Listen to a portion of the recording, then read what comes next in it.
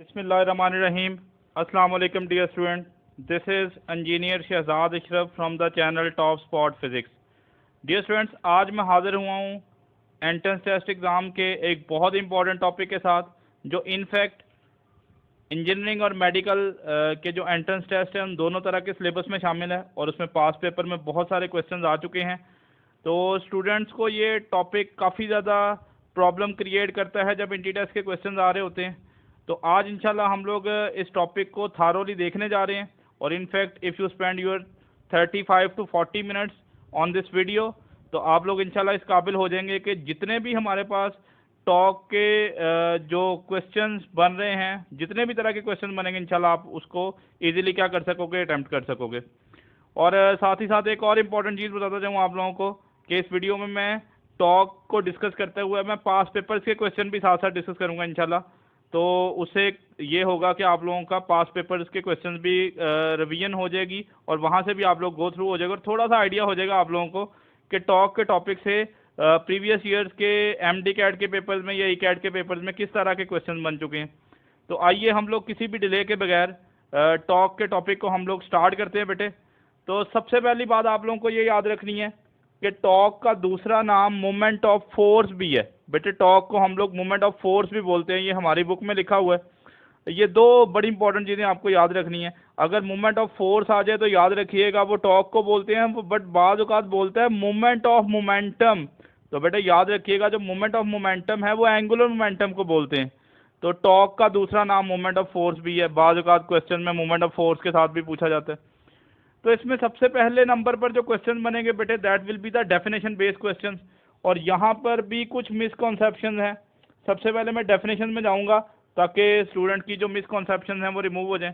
तो बेटे पहली definition, the turning effect of the force is called the torque. मतलब अगर आप लोग किसी चीज़ के ऊपर फोर्स लगाओ और वो फोर्स लगाने से इनफैक्ट रोटेट करे या टर्न करे, ठीक है, तो फिर टॉर्क एक्ट कर रहा होगा। ठीक है, उसमें भी फिर है कि कांस्टेंट एंगुलर वेलोसिटी से नहीं रोटेट करना चाहिए। ठीक है, वो हम लोग इंशाल्लाह कंडीशन में जाके बात करेंगे। फिल वक्त turning effect of the force याद कर लें। दूसरी बेटे डेफिनेशन है the product of moment arm and force. बेटे अगर आप लोगों ने दूसरी डेफिनेशन में cross product of moment arm and force बोल दिया तो फिर वो टॉर्क नहीं कहलाएगा, वो गलत होगा। अगर कोई बोल रहा है ना cross product of moment arm and force, तो बेटे that will be the wrong statement. अगर आपने मोमेंट आर्म का वर्ड यूज़ करना है तो आपने सिर्फ प्रोडक्ट का वर्ड यूज़ करना है। भाई इसके पीछे क्या लॉजिक है, आइए हम लोग इसको समझते हैं। बल्कि तीसरी डेफिनेशन भी ले लें और फिर हम लोग दूसरे को समझते हैं। बेटे तीसरी डेफिनेशन आप लोगों ने क्रॉस प्रोडक्ट के आर्टिकल में भी पढ़ी हुई है कि अगर हम लोग क्रॉस प्रोडक्ट ले लें किसका, पोजीशन वेक्टर का और फोर्स का, तो अब मिसकॉन्सेप्शन ये है कि भाई पोजीशन वेक्टर कोई मोमेंट आर्म नहीं कहते। भाई नहीं बेटे, याद रखिएगा, यहाँ पे एक बड़ी इंपॉर्टेंट चीज़ बताने जा रहा हूँ। मैंने आप लोगों को बता दिया कि अगर आप लोग मोमेंट आर्म का वर्ड यूज़ करोगे तो आपको सिर्फ प्रोडक्ट कहना पड़ेगा, बट अगर आप पोजीशन वेक्टर का वर्ड यूज़ करोगे तो आपको क्रॉस प्रोडक्ट कहना पड़ेगा। चलें इस बात को समझने के लिए सबसे पहले मोमेंट आर्म को समझते हैं। बेटे मोमेंट आर्म क्या है, perpendicular distance between the pivot and the line of action of force. भाई अभी देखते हैं इस बात का क्या मतलब हुआ। बेटे ये समझ लें यहाँ पे फोर्स लग रही है, this is the line of action of force, ठीक है, और ये बेटे हमारा पिवट पॉइंट है।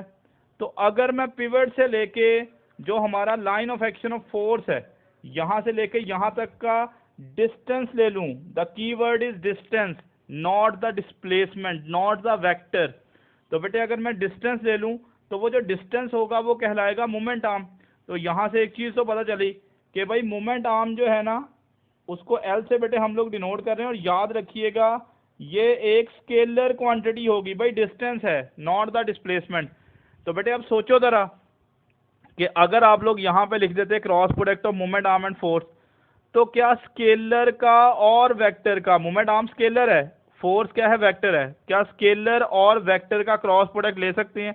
भाई नहीं, क्रॉस प्रोडक्ट हम दो वेक्टर्स का ही ले रहे होते थे या प्रोडक्ट दो वेक्टर्स का ही ले रहे होते थे। ठीक है, तो इस वजह से यहाँ पे क्रॉस प्रोडक्ट कहना गलत होगा। हाँ, तो बेटे अगर तो डिस्टेंस बोलेंगे फिर तो हमारे पास मोमेंट आर्म कहलाएगा, बट अगर हम लोग जहाँ पे पिवट है वहाँ से लेके जो line of action of force है, यानी जहाँ पे जिस पॉइंट के ऊपर समझ लें फोर्स एक्ट करी है, वहाँ तक का अगर हम लोग वेक्टर ड्रॉ कर लेंगे तो वो वेक्टर कहलाएगा पोजीशन वेक्टर। तो अगर आप पोजीशन वेक्टर बोल रहे हो तो उसको बेटे नॉर्मली हम लोग आर से डिनोट करते हैं, और ये एक वेक्टर क्वांटिटी है, जबकि मोमेंट आर्म एक स्केलर क्वांटिटी है। तो पहली मिसकॉन्सेप्शन आपको मोमेंट आर्म और ये पोजीशन वेक्टर के पॉइंट ऑफ व्यू से इसको देख लेना है। अच्छा, नंबर 2 में बेटा ये हमारी बुक की बात है कि अगर line of action of force passes through the pivot then moment arm क्या हो जाएगा 0 और टॉर्क भी क्या हो जाएगा 0 हो जाएगा, ठीक है। लेकिन उससे पहले बेटे मैं क्वेश्चन शेयर कर लूँ। ये 2016 एमडी कैट में क्वेश्चन आया था कि अगर हम लोग मोमेंट आर्म को डबल कर दे तो टॉर्क पे क्या फर्क पड़ेगा। तो यहाँ पे आप देख सकते हो टॉर्क इनफैक्ट 3 चीज़ों पे डिपेंड करता है, मोमेंट आर्म पे, फोर्स पर, थीटा पे। अभी थीटा की हम लोग बात नहीं कर रहे, अभी सिंपल फॉर्मूले पे रह रहे हैं हम लोग। तो बेटे मोमेंट आर्म के साथ भी डायरेक्ट है, फोर्स के साथ भी डायरेक्ट है। तो उसने बोला था अगर मोमेंट आर्म को डबल कर दिया जाए तो टॉर्क पे क्या फर्क पड़ेगा। तो इसका आंसर था भाई टॉर्क भी क्या हो जाएगा, सिंपली डबल हो जाएगा, क्योंकि डायरेक्ट रिलेशनशिप है। अच्छा, अब मैं बात कर रहा था बेटे कि अगर line of action of force pivot से गुजर जाए तो मोमेंट आर्म क्या हो जाएगा 0। भाई देखें, ये हमारे पास line of action of force है, और अगर यही बेटे हमारा पिवट होता है, इसी के गिर्द रोटेट करना होता, तो यही हमारा point of application of force है, यही पिवट है। दोनों के दरमियान कितना डिस्टेंस होगा भाई, डिस्टेंस 0 होगा, क्योंकि हम लोगों ने बोला था जो मोमेंट आर्म है वो तो डिस्टेंस है पिवट के दरमियान और line of action of force के दरमियान। तो बेटे अगर मैं पिवट भी यहीं पे ले लूं और यहीं पे फोर्स लगा दूं, तो बताओ जरा पिवट और force, point of application of force के बीच में कितना डिस्टेंस आएगा 0। तो भाई जब मोमेंट आर्म 0 हो जाएगा तो इस फॉर्मूले से देखेंगे तो बेटे हमें टॉर्क भी क्या मिलेगा 0। तो ये आप लोगों ने शॉर्ट क्वेश्चन में पढ़ा हुआ है कि कोई बॉडी अपने वेट की वजह से रोटेट नहीं कर सकता, उसकी वजह यही है कि फोर्स पिवट से गुजर जाती है। तो ये 2 बातें आपको याद कर लेनी है। चलें क्विकली हम लोग मूव करते हैं एक बड़े इंपॉर्टेंट जो है वो इसके पोर्शन में। बेटे टॉर्क का अगर हम दूसरा फॉर्मूला लिखें क्रॉस प्रोडक्ट की फॉर्म में, तो टॉर्क जो होगा that will be the cross product of position vector and force. यहाँ से बड़े इंपॉर्टेंट क्वेश्चन बनेंगे, वो भी हम आगे चल के देखते हैं। तो बेटे इसको आपने पढ़ा हुआ है ए क्रॉस बी को ए बी साइन थीटा लिख सकते हैं, तो सिमिलरली आर क्रॉस एफ को R F sine theta into N cap लिख सकते हैं। भाई एन कैप डायरेक्शन बता रहा होता है, मैंने ये वाला जो फॉर्मूला लिखा है वो सिर्फ मैग्नीट्यूड का लिखा है। तो बच्चों नॉर्मली बच्चे इसको आर एफ साइन थीटा लिख लेते हैं, और पास पेपर में यहाँ से बहुत सारे क्वेश्चन बने हुए हैं और वो मैंने क्वेश्चन आपके सामने शेयर भी किए हुए हैं, ठीक है। इंशाल्लाह हम डिस्कस करते हैं। तो अगर आप लोगों ने यहाँ पे थीटा लिख लिया तो गलती का बहुत ज़्यादा चांस है। अब स्टूडेंट बोलेंगे सर हम लोग तो थीटा ही पढ़ते आ रहे हैं। भाई क्या चांस है, मैं आपको आसानी कर देता हूँ। अगर आपको टॉक के क्वेश्चन में गलती से बचना है तो इस फॉर्मूले को मॉडिफाई करके लिख लें। भाई कैसे लिख लें, tau is equal to R F sine of, भाई थीटा क्या होता है, थीटा ना लिखें बल्कि थीटा की जगह में लिख लें angle between position vector and force. भाई पोजीशन वेक्टर एंड फोर्स के बीच में जितना एंगल होता है बेटे उसी को थीटा बोलते हैं। भाई दो जो वेक्टर्स ले रहे हैं उन्हीं के बीच का एंगल है ना। तो 2 वेक्टर्स कौन कौन से, पोजीशन वेक्टर एंड फोर्स। तो अगर आप लोगों ने इसको ऐसे लिख लिया ना तो आपकी जो गलती का चांस है वो बहुत ही कम हो जाएगा, इनफैक्ट मिनिमाइज हो जाएगा। तो ये मैंने आपके सामने क्वेश्चन लिखा है। स्टूडेंट्स इस बात को समझने के लिए हम लोग एक पास पेपर का क्वेश्चन लेते हैं। क्वेश्चन आपकी स्क्रीन पर डिस्प्ले हो रहा है, तो आइए हम लोग इस क्वेश्चन को मैंने यहाँ पर भी आप लोगों के लिए लिख दिया है, और मैं थोड़ा सा आप लोगों को बताता चलूँ। ये जो मैंने सामने डायग्राम बनाई हुई है ये इनफैक्ट एमडी कैट 2015 का क्वेश्चन है। ये 2015 के एमडी कैट के पेपर में क्वेश्चन आया था। क्वेश्चन ये था, डायग्राम आपके सामने बनी हुई है, ठीक है, ये वाली इनफैक्ट डायग्राम बनी हुई थी, और ये ऑप्शन दिए हुए थे, और उसने पूछा था बताएं इनमें से कौन सा टॉर्क का फॉर्मूला है। तो बच्चों ने फौरी देखा कि भाई जो मोमेंट आर्म है या पोजीशन वेक्टर है उसकी मैग्नीट्यूड को एल लिखा हुआ है, और जो फोर्स लग रही है वो एफ है, और हम लोगों ने पढ़ा हुआ है कि ये आर एफ साइन थीटा होता है। तो उन्होंने फौरी एल एफ साइन थीटा वाला फॉर्मूला चूज कर लिया।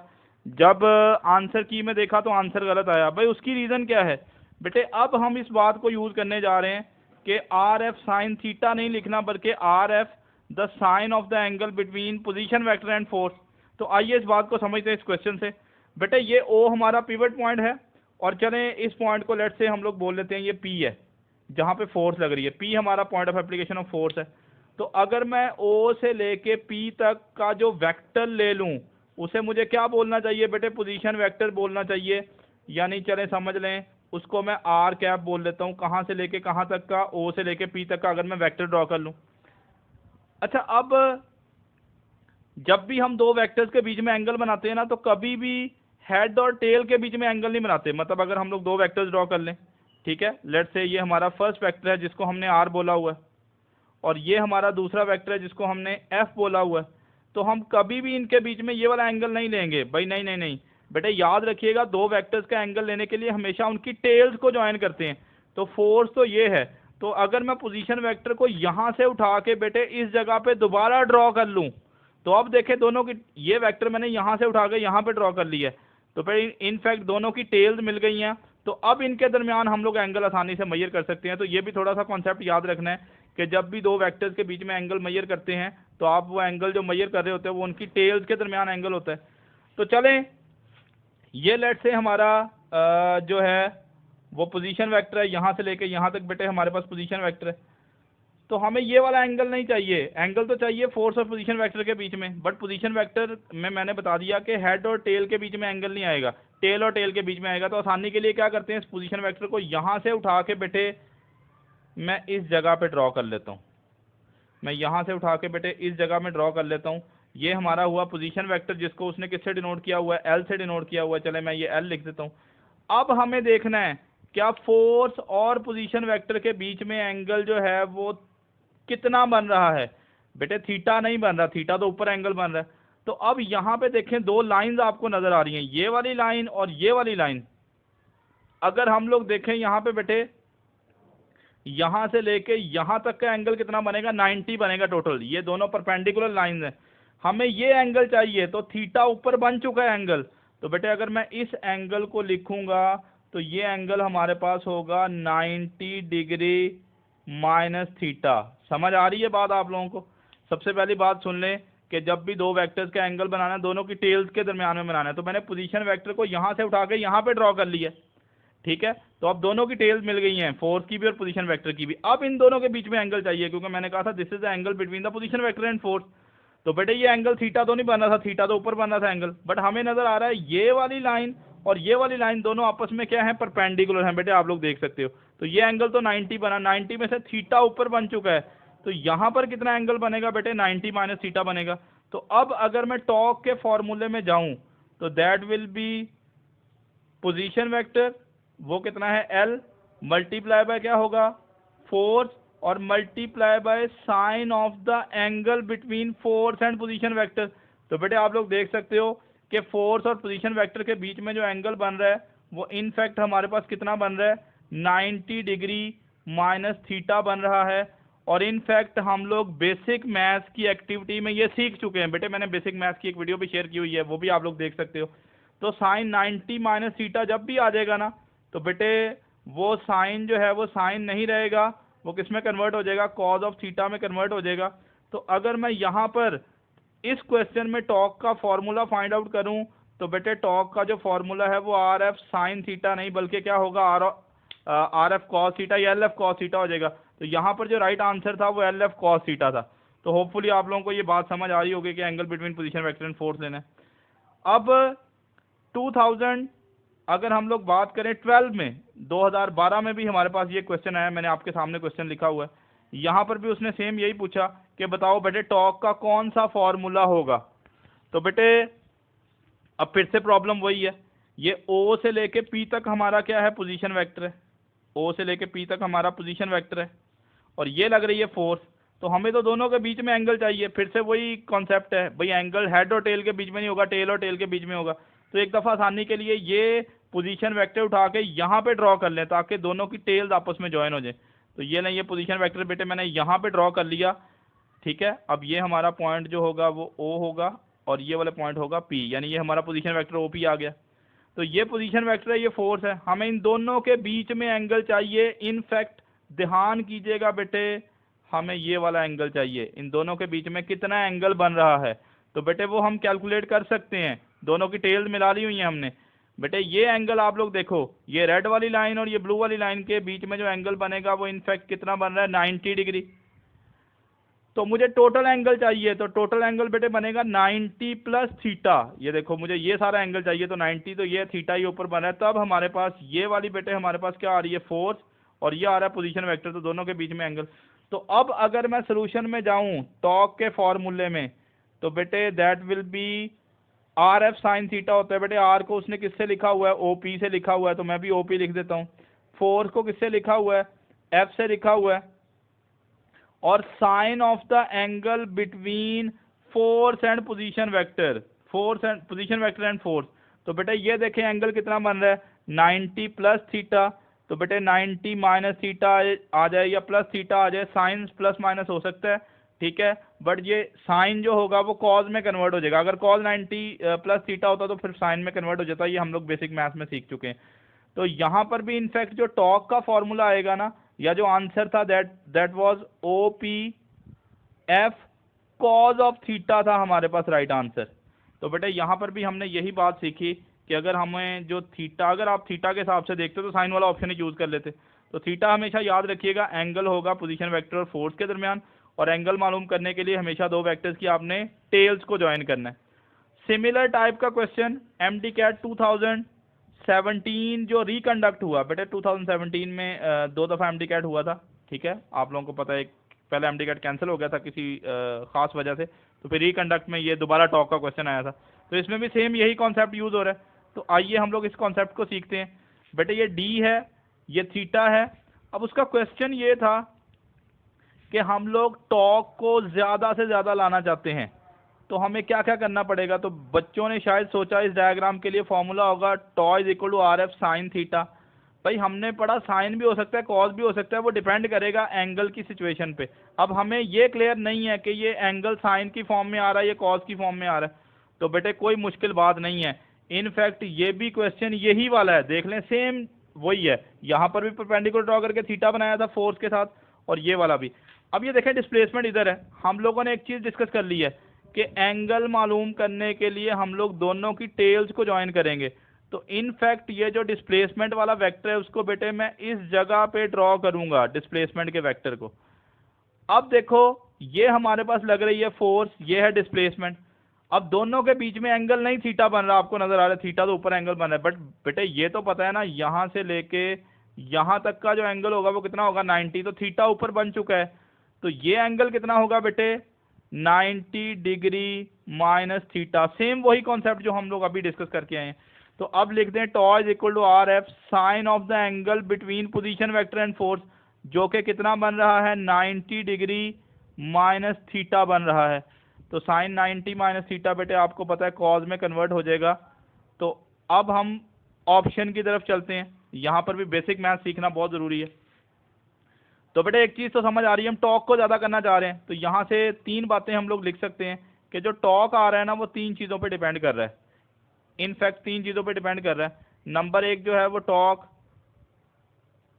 मोमेंट आर्म पोजीशन वेक्टर की मैग्नीट्यूड पे डिपेंड कर रहा है। नंबर दो में बेटे डिपेंड कर रहा है फोर्स पे, और नंबर तीन में ये डिपेंड कर रहा है कॉज ऑफ थीटा पे।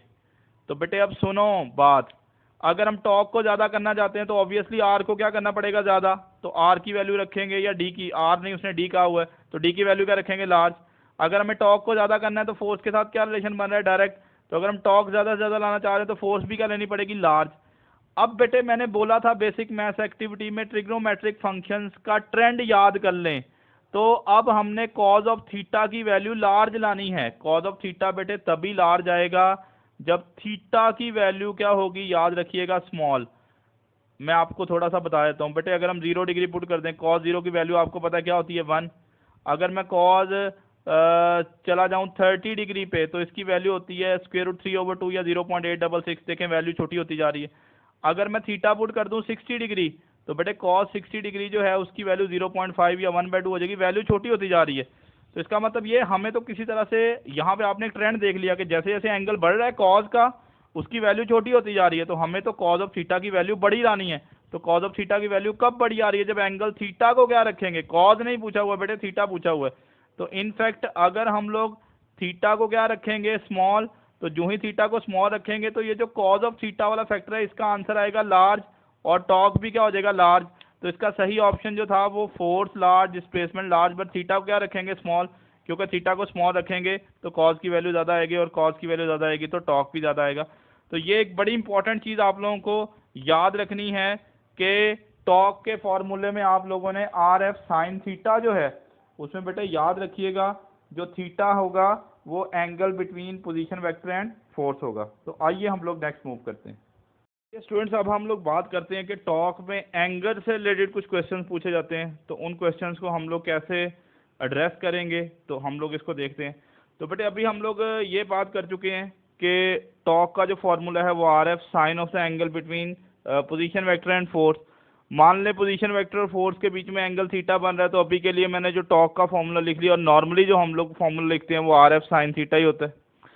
अब आपसे क्वेश्चन ये पूछ लिया जाए कि थीटा कितना पुट कर दें कि हमारे पास टॉर्क की वैल्यू मैक्सिमम आ जाए, तो बेटे आप लोग यहाँ पे देख सकते हो टॉर्क साइन ऑफ थीटा पे डिपेंड कर रहा है। तो आपको एक दफ़ा के लिए सोचना है कि साइन ऑफ थीटा की मैक्सिमम वैल्यू कहाँ पे होती है। तो हम लोग पढ़ चुके हैं कि साइन की मैक्सिमम वैल्यू 1 होती है, और वो कितने एंगल पे होती है, 90 डिग्री पे। तो याद कर लें 90 डिग्री वो एंगल है जिसके ऊपर टॉर्क की वैल्यू क्या हो जाएगी, मैक्सिमम हो जाएगी। और अगर मैं आपसे मैक्सिमम टॉर्क का फॉर्मूला पूछूं तो बेटे आसान है, यहाँ पे थीटा कितना पुट कर दें, 90, साइन 90 की वैल्यू क्या हो जाएगी, 1। अब एक काम कर सकते हैं हम लोग, यही जो टॉर्क की इक्वेशन है उसको बेटे हम लोग कुछ इस तरह से भी लिख सकते हैं। टॉ इज इक्वल टू, अभी हम लोगों ने बात की आर एफ की जगह में क्या लिख सकते हैं, मैक्सिमम टॉर्क। तो यहाँ पे इसी इक्वेशन को मॉडिफाई करके लिख लेते हैं, tau is equal to tau max multiply by sine of theta. ये वाली बेटे इक्वेशन हमें कुछ और तरह के जो प्रॉब्लम्स होंगे उनको सॉल्व करने में हेल्प करेगी। अब नंबर 2 में पूछ ले कि पोजीशन वेक्टर और फोर्स में कितना एंगल रखे कि टॉर्क मिनिमम आ जाए, यानी जीरो वैल्यू आ जाए। तो बेटे याद रखिएगा अगर हम लोग पोजीशन वेक्टर और फोर्स के बीच में 0 डिग्री एंगल पुट कर दें तो साइन 0 क्या हो जाएगा, 0 हो जाएगा। तो सारा टॉर्क 0 हो जाएगा, और साइन 180 की वैल्यू भी 0 होती है, बेसिक मैथ्स में आप लोगों ने सीखा हुआ है। तो याद रखिएगा थीटा अगर 0 डिग्री या 180 डिग्री होगा तो टॉर्क की वैल्यू हमारे पास क्या आएगी, मिनिमम आएगी। अब कुछ और क्वेश्चन बना सकते हैं, वो ये बोल सकते हैं बताएं थीटा कितना पुट कर दें कि टॉर्क मैक्सिमम वैल्यू का हाफ आ जाए। तो आप इसको दो तरह से सोच सकते हो, मैंने सामने फॉर्मूला लिख दिया है। अच्छा आप देखें ये आर एफ क्या है, मैक्सिमम टॉर्क, आपको साथ में लाना क्या है, 1/2। तो एक दफ़ा के लिए सोच लें कि साइन की वैल्यू कहाँ पर 1/2 होती है, तो बेटे वो ऑब्वियसली उसका आंसर क्या होगा, 30 डिग्री। तो आप लोग देख के भी आंसर कर सकते हो 30 डिग्री। अगर ऐसे नहीं सॉल्व करना तो एक और वे आउट है, ठीक है बेटे, मैंने फॉर्मूला लिखा tau is equal to tau maximum multiply by sine of theta. तो अब एक काम करें, इस फॉर्मूले में उसने बता दिया है कि जो टॉर्क है वो मैक्सिमम वैल्यू का हाफ है। चले मैं एक दफ़ा फॉर्मूला लिख लेता हूँ। हमारे पास बेटे फॉर्मूला है tau is equal to tau max multiply by sine of theta. अब उसने डाटा में हमें बता दिया है कि जो टॉर्क है वो मैक्सिमम वैल्यू का हाफ है, तो मैं टॉर्क की जगह पे लिख देता हूँ टॉ मैक्सिमम बाय 2 लिख देता हूँ। तो यहाँ पे बेटे टॉ मैक्सिमम आएगा मल्टीप्लाई बाय क्या हो जाएगा, साइन ऑफ थीटा। तो ऐसा करें दोनों साइड पे टॉ मैक्सिमम और टॉ मैक्सिमम वाली वैल्यूज कैंसिल कर दें। तो यहाँ से बेटे हमारे पास साइन ऑफ थीटा की जो वैल्यू आएगी वो कितनी आ जाएगी, 1/2। इसका मतलब है आपको सोचना है कि साइन कहाँ पर 1/2 होता है। तो अगर हम लोग देखेंगे तो बेटे आंसर आएगा 30 डिग्री, या रेडियन में अगर आप लोग लिखोगे तो π/6 रेडियन भी लिखा हो सकता है आंसर, तो रेडियन में भी याद कर लीजिएगा। तो दूसरी टाइप के क्वेश्चन मैंने बता दिए कि भाई वो ये भी पूछ सकता है कि कितना एंगल पुट कर देंगे टॉर्क मैक्सिमम वैल्यू का हाफ हो जाए। अब यहाँ पे 2 मैंने क्वेश्चन लिखे हैं, इनकी खुद प्रैक्टिस कीजिएगा, मैंने आंसर भी दे दिए हैं। आपसे पूछा है थीटा कितना पुट कर दे कि टॉर्क जो है वो मैक्सिमम वैल्यू का √3/2 टाइम्स हो जाए। तो इसका मतलब आपको ये सोचना है कि साइन की वैल्यू कहाँ पर √3/2 होती है। तो इसका आंसर मिलेगा आपको 60 डिग्री। अगर ऐसे नहीं सोच रहे तो मैंने एक और सॉल्व करने का तरीका बता दिया, इस तरीके से भी सॉल्व कर सकते हो।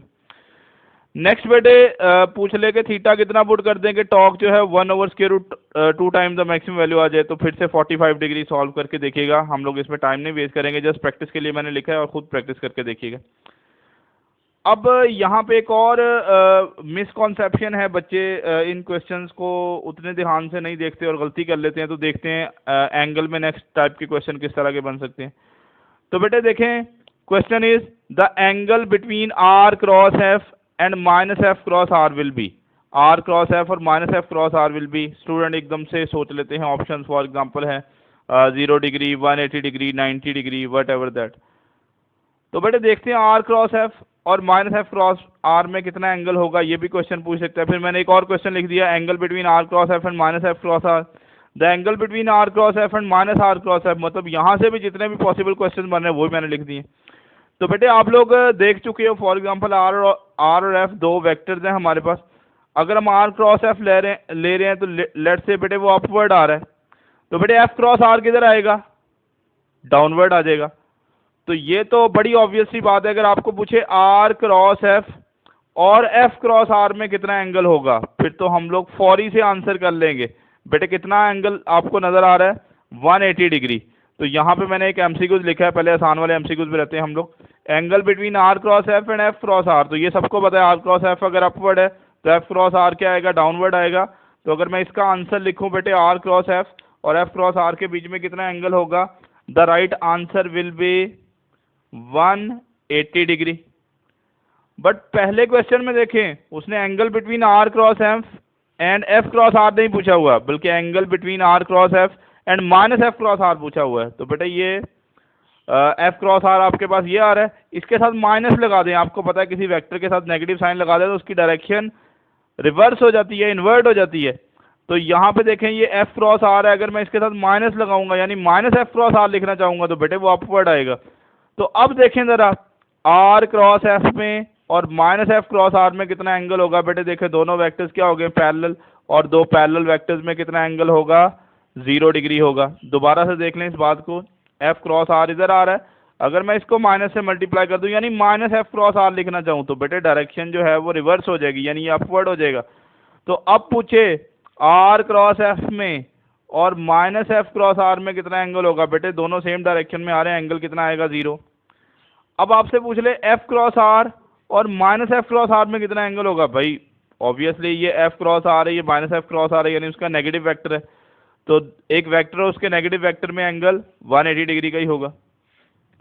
अब इसी टाइप का मैंने क्वेश्चन यहाँ पे पुट किया है, the angle between R cross F and minus R cross F. भाई आपसे ये क्वेश्चन एग्जैक्टली इसी टाइप का है कि बताओ ए में और माइनस ए में कितना एंगल होगा।